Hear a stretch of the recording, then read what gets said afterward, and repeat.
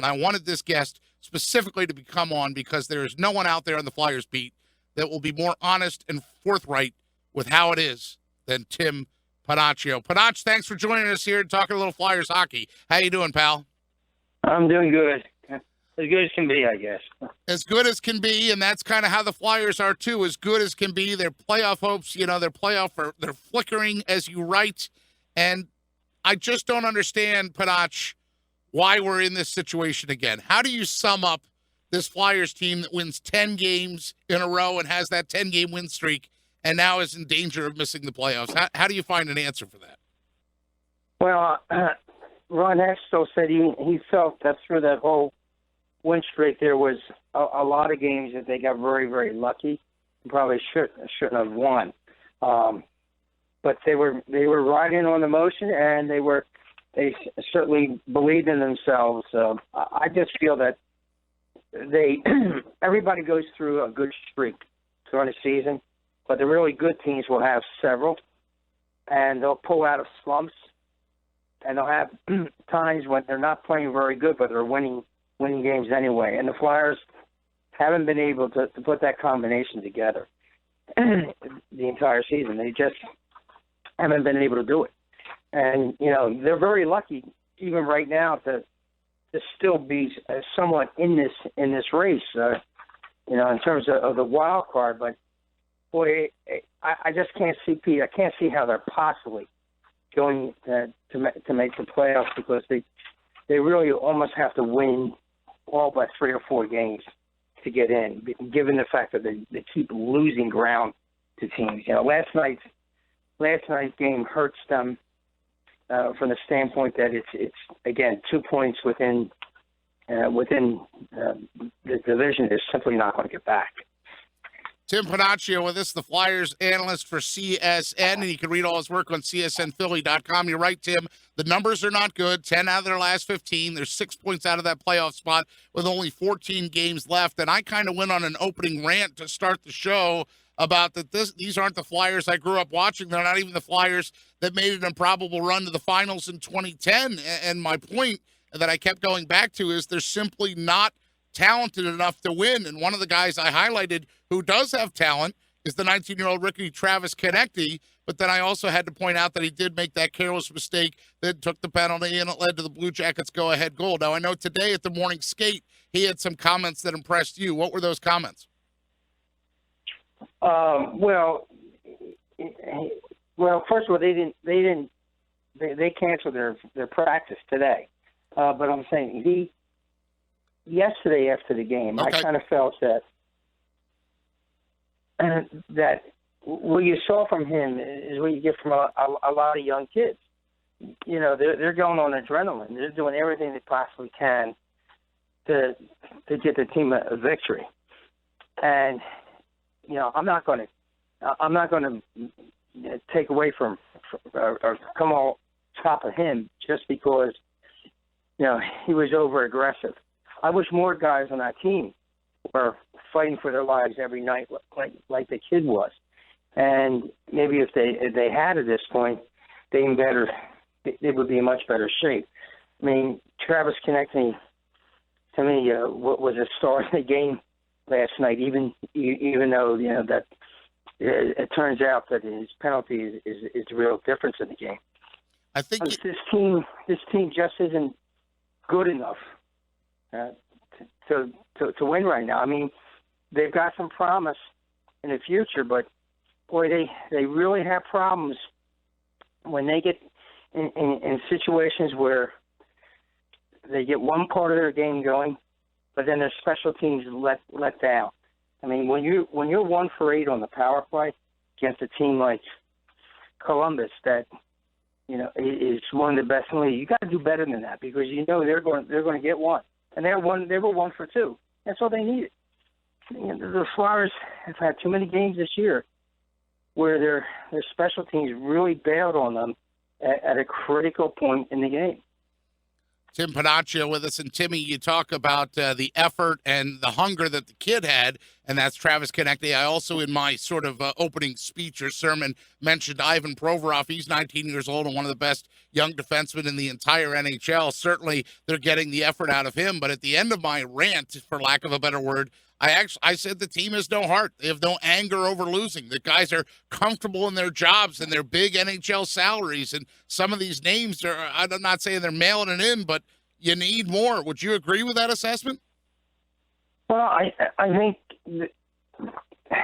I think that they at times I'd like to see a little bit more anger from them. I'd like to see, instead of after you lose a game, that you in Boston, that you don't have pictures posted the next day, them all smiling at an event they went to. And maybe it's just a different type of player in the league now, that they don't take the winning and losing quite as tough as they should. I mean, I would have liked to see a little bit more anger on that side. Just because this team could get in the playoffs. There's just so many times that something weird happens in the game. They overcame the early deficit last night. They draw ahead, and then they still can't do the one thing that will kick them over the top and maybe gain some ground on somebody. It's very, very frustrating. I know it's still a fairly young team, but it's a team that I think people are kind of disappointed in, because you really had hoped that they would make a push this year. I just don't see it happening, and maybe at times I'd like to see a little bit more anger out at the rest of them. So we know, because we've read your articles on CSNPhilly.com and we read the stuff that's out there on Hextall's comments, that he likes to be very cautious in bringing up young guys. And, of course, now this is a different NHL than the one I grew up with. You no longer can just go out and buy a player. There's salary cap issues and cap issues that teams have to deal with, and the Flyers certainly have been cap-strapped as they've tried to navigate their way the last couple seasons. But in your mind, Tim Panaccio, how do they fix, who are the guys that you think leave, and who are the guys that they can bring up to get better? Well, they've already lost Mark Streit, and at the end of the season, that'll be the end for Nick Shaw. So they're going to have some young defensemen again next season. One guy that, and they'll have a forward opening. I would like to see. I'm kind of losing my train here. I want to see them take maybe a few more risks with some of the guys, and just see how things play out, because I think the fans are fairly anxious at this point for the Flyers to do something bold, and they're going to get a little bit of cap money. I just like to see them maybe try something a little bit different. I said go with it and see where the kids take you. It's not that big a deal, but try something a little bit more risky at this point. With the team, I don't think you really have much to lose at this point, because I think people are fairly upset that they don't feel that they thought that this team should have been in the playoffs, and the way it was headed right now, I just don't see how it's going to happen. I mean, they don't have enough head-to-head battle games at the end here against the teams directly in front of them in the divisional play that are going to matter, that they can get in as a wild card.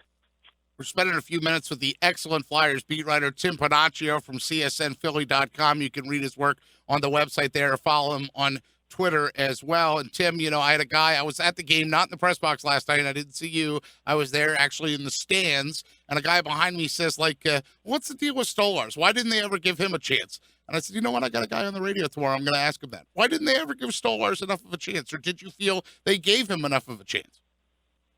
Well, I think that they kind of felt that Stolarz is not really ready for the big time run. You got two guys here that are essentially playing for a contract, and you let them play off each other and see which one you're going to bring back. And so far as we've seen, it's Michael Neuvert is the one that's looks like he's going to be it. Although you just never know what they may end up doing this summer.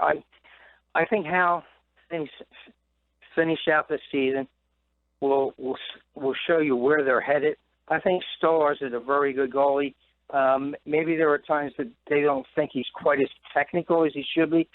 But boy, he sure looked impressive when he was up here. And I would like to see him get a shot at it.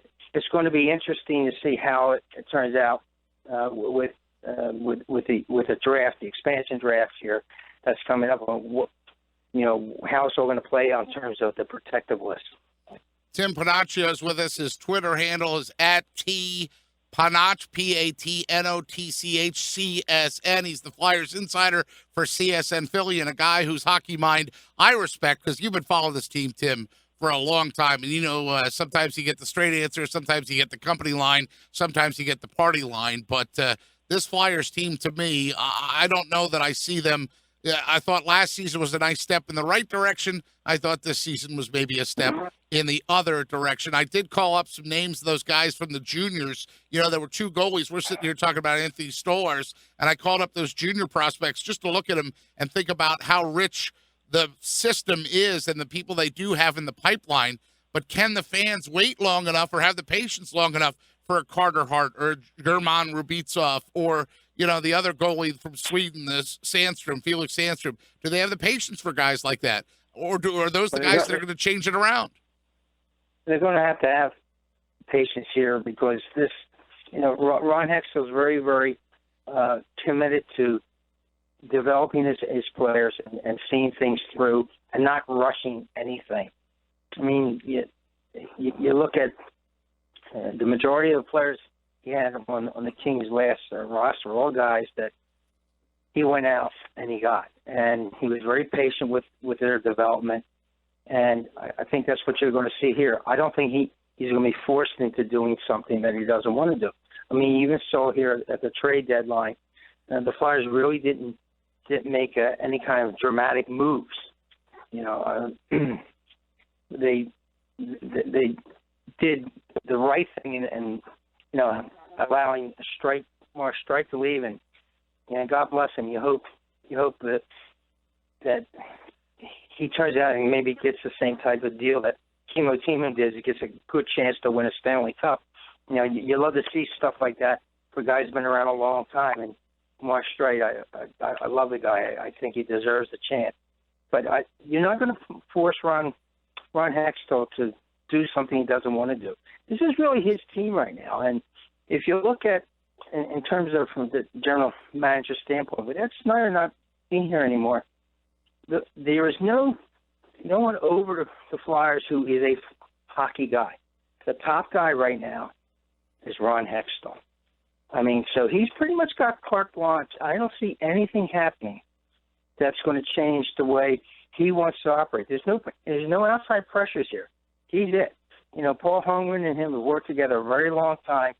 And the people now that are in charge of Comcast, I think they're at ease with allowing Hextall just to have his reign. So you're going to have some patience here. It's going to take a while. Have some patience, says Tim Panaccio, the Flyers insider from CSNPhilly.com. Tim, I've wanted to have you on the radio since I started doing this gig and talk you and pick your brain and talk with you a little bit about Flyers hockey. And actually, as the season has gone worse, I've wanted you to have you on more because I knew that you would bring it. And you did bring it for us today. I appreciate it, and I'll see you in the back of a press box probably sooner than you think. Thank you. Take care of yourself.